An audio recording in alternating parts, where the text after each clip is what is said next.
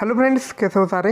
आप अच्छे होंगे। और मैं विक्रम। आज हम बात करेंगे पीवीएफटी 2020 के क्वेश्चन पेपर का केमिस्ट्री के जो 25 क्वेश्चन हैं तो वह आज हम की वीडियो में हम देखेंगे। तो गाइस वीडियो जो है बहुत इंपॉर्टेंट रहने वाला है और ये ऐसे जो 2020 का क्वेश्चन पेपर आपको आसानी से नहीं मिलेगा।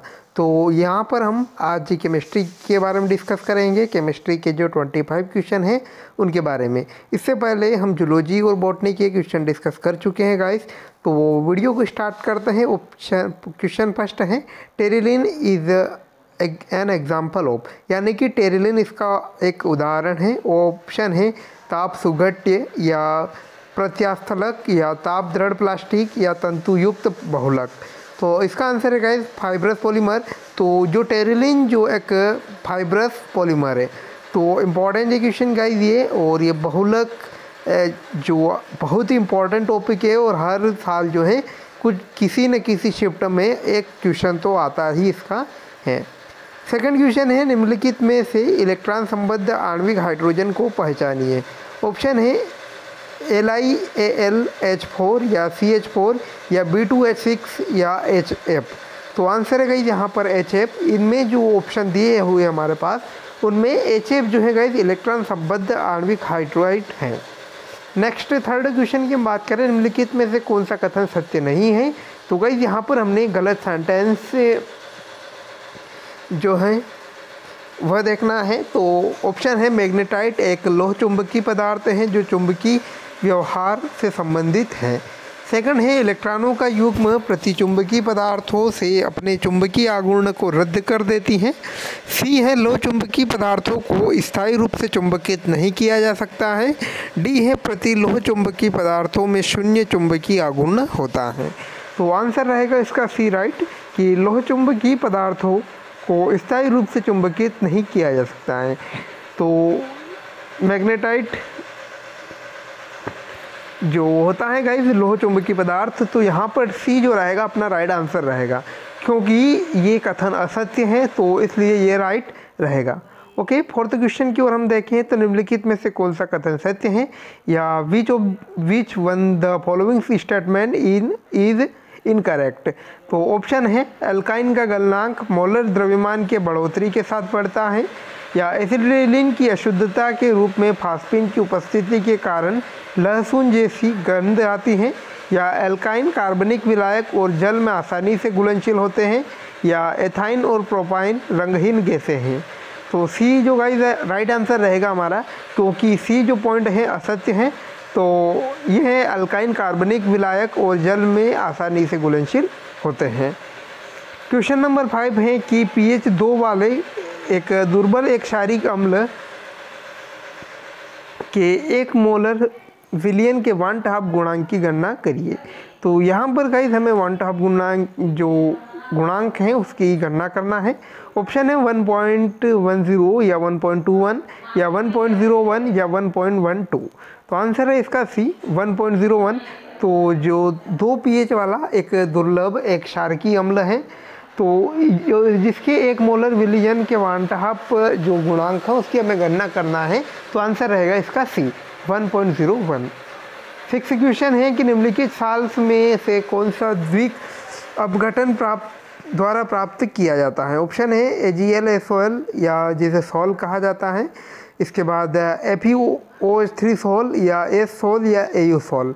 तो इसका रहेगा गाइस AgL साल, यानी कि जो AgL साल है गाइस वह द्विक अपघटन द्वारा प्राप्त किया जाता है।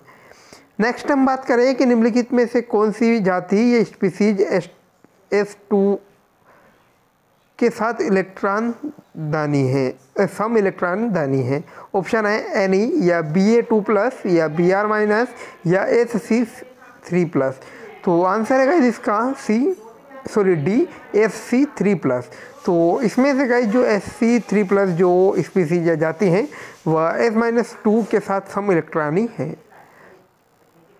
नेक्स्ट हम देखें कि ये इंपॉर्टेंट है गाइस और अक्सर एग्जाम में पूछा जाता है, और ये आपको मिलेगा जो हेनरी का नियम है विलियन वाला चैप्टर, उसमें आपको आसानी से मिल जाएगा कि 20 डिग्री सेल्सियस पर संतृप्त विलियन में हीलियम का मोल अंश और हेनरी नियम स्थिरांक क्रमशः 144.97 के बार एंड 1.2 इंटू 10⁻⁻6 हैं। तो दिए गए विलियन में हीलियम का दबाव ज्ञात करिए।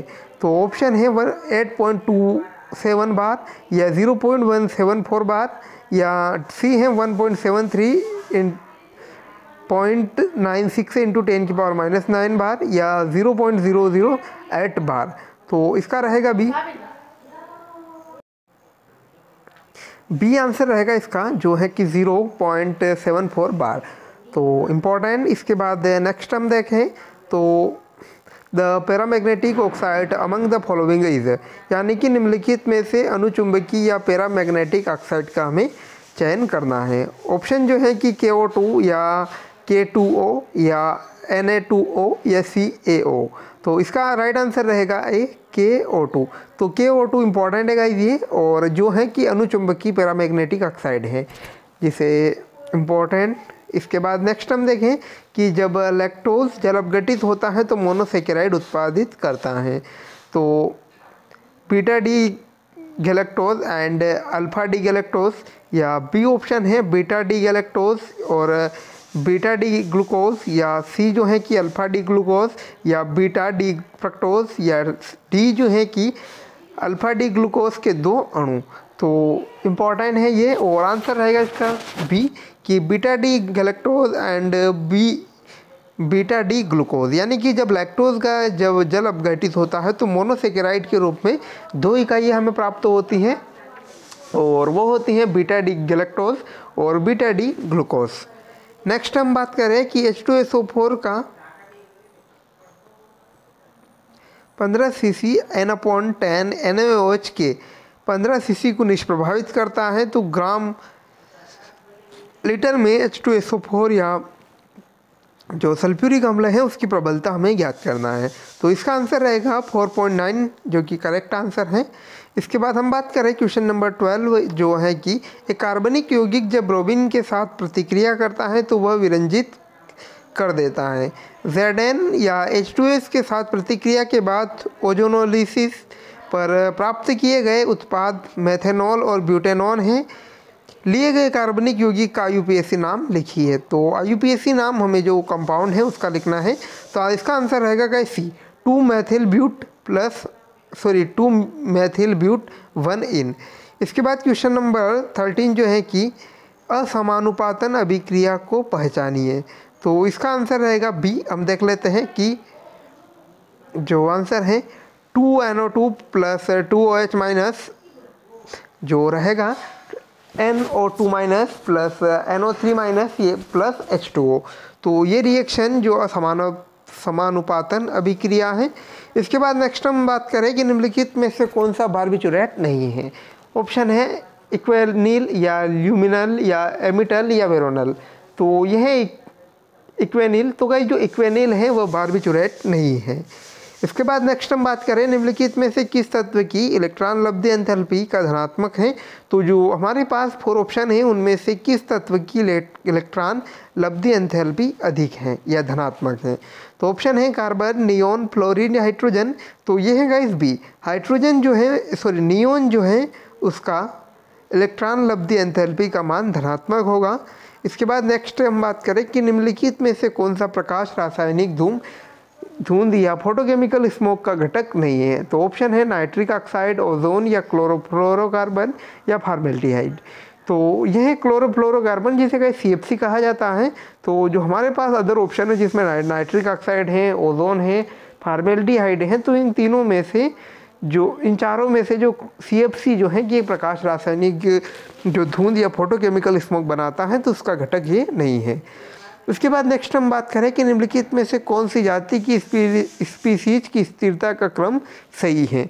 तो इसका राइट आंसर रहेगा तो O2+ या O2 या O2- या O2-2।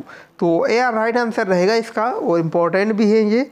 इसके बाद नेक्स्ट हम बात करें कि आणविक सूत्र C7H9 वाले एरोमेटिक यौगिक के लिए कितने संरचनात्मक समावयवी संभव हैं। तो इसका रहेगा B5। तो इम्पॉर्टेंट ये भी है। इसके बाद नेक्स्ट क्वेश्चन की हम बात करें क्वेश्चन नंबर 90 कि एक सीलबंद 10 लीटर बर्तन में 9 मोल वाले प्रत्येक हाइड्रोजन और आयोडीन को गर्म किया जाता है। साम्य अवस्थान पर HI के 6 मोल पाए जाते हैं। H2 gas plus I2 gas बराबर 2HI गैस के लिए साम्यावस्था नियतांक होगा। तो यहाँ पर साम्यावस्था नियतांक हमें फाइंड करना है, तो इसका रहेगा C1। नेक्स्ट हम बात करें जिंक ब्लेड से जिंक का निष्कर्षण का इसके द्वारा किया जाता है, यानी कि जिंक ब्लेड से जिंक का निष्कर्षण किसके द्वारा किया जाता है। ऑप्शन जो है सोडियम के साथ अपचयन के साथ भर्जन, या सोडियम के साथ अपचयन के बाद भर्जन, या विद्युत अपघटनीय अपचयन, या स्वतः अपचयन। तो आंसर है गाइस बी, कार्बन के साथ अपचयन के बाद भर्जन। इसके बाद नेक्स्ट क्वेश्चन है कि निम्नलिखित यौगिकों को उनके क्वथनांक के बढ़ते क्रम में हमें व्यवस्थित करना है। ऑप्शन है ब्यूटेन प्लस ऑल, या इथोक्सीथेन, या 2 मेथिल प्रोपेन 2 ऑल, या ब्यूटेन 1 ऑल। तो इसका रहेगा डी कि पहले सेकंड आएगा, सेकंड जो इथोक्सीमेथेन है। इसके बाद थर्ड रहेगा जो कि 2 मेथिल प्रोपेन 2 ऑल है। इसके बाद फर्स्ट रहेगा ब्यूटेन 2 ऑल, और फोर्थ इसके बाद रहेगा ब्यूटेन प्लस ऑल। तो इस प्रकार जो यौगिक हैं उनके क्वथनांक के बढ़ते हुए हमने व्यवस्थित किया है इसको। इसके बाद 30 डिग्री सेल्सियस पर एक एटमॉस्फेयर दबाव पर एक आदर्श गैस के एक अणु की औसत गतिज ऊर्जा हमें यहाँ पर ज्ञात करना है। तो इसका आंसर रहेगा 6.3 × 10⁻²-1 21 जो माइनस में जूल के माइनस अणु माइनस। तो सी राइट आंसर रहेगा इसका। उसके बाद नेक्स्ट हम बात करें निम्नलिखित में से उनके जल योतन तापीय धारिता या हाइड्रेशन एंथैल्पी के बढ़ते क्रम में व्यवस्थित करिए। तो जो आयंस हमें दिए हुए हैं तो उनको बढ़ते हुए क्रम या उनके जो हाइड्रेशन एंथैल्पी है उनके बढ़ते हुए क्रम में हमें यहाँ पर इन्हें व्यवस्थित करना है। तो ऑप्शन है Ca2+ या Na+ या Ba2+ या Be2+। तो सी इसका राइट आंसर रहेगा, Na+ या Ba2+ या Ca2+ और Be2+। तो ये जो है इनका बढ़ते हुए क्रम है हाइड्रेशन एंथैल्पी का। नेक्स्ट क्वेश्चन जो सेकंड लास्ट हमारा क्वेश्चन है कि निम्नलिखित में से कौन सी प्रक्रिया ऊर्जा अवशोषित करती है। तो सी आंसर रहेगा O- + 1E + O-2, यानी कि जो ऑक्सीजन जो आयन है जिस पर एक इलेक्ट्रॉन है, एक और इलेक्ट्रॉन अगर वो ग्रहण कर लेगा तो ऑक्सीजन के उसके पास 2 अतिरिक्त इलेक्ट्रॉन रहेंगे। तो सी राइट आंसर रहेगा। और इसके आज का हमारा अंतिम क्वेश्चन कि निम्नलिखित में से स्थायी पेंटाब्रोमाइड कौन सा है। तो ऑप्शन है BiBr5 या AsBr5 या PBr5 या SbBr5। तो आंसर है इसका सी PBr5, यानी कि PBr5 जो गाइज एक स्थायी पेंटाब्रोमाइड है। तो आज की वीडियो में इतना ही, मिलते हैं नई वीडियोस के साथ। और आपको जो है गाइज सारे वीडियो जो है एक प्लेलिस्ट के अकॉर्डिंग मिल जाएंगे कि द हैट का 2020 का क्वेश्चन पेपर पूरा मिलेगा। उसके बाद 2020 का जो PFT का क्वेश्चन पेपर है उसके कौन से पार्ट हैं वो आपको साथ में मिल जाएंगे।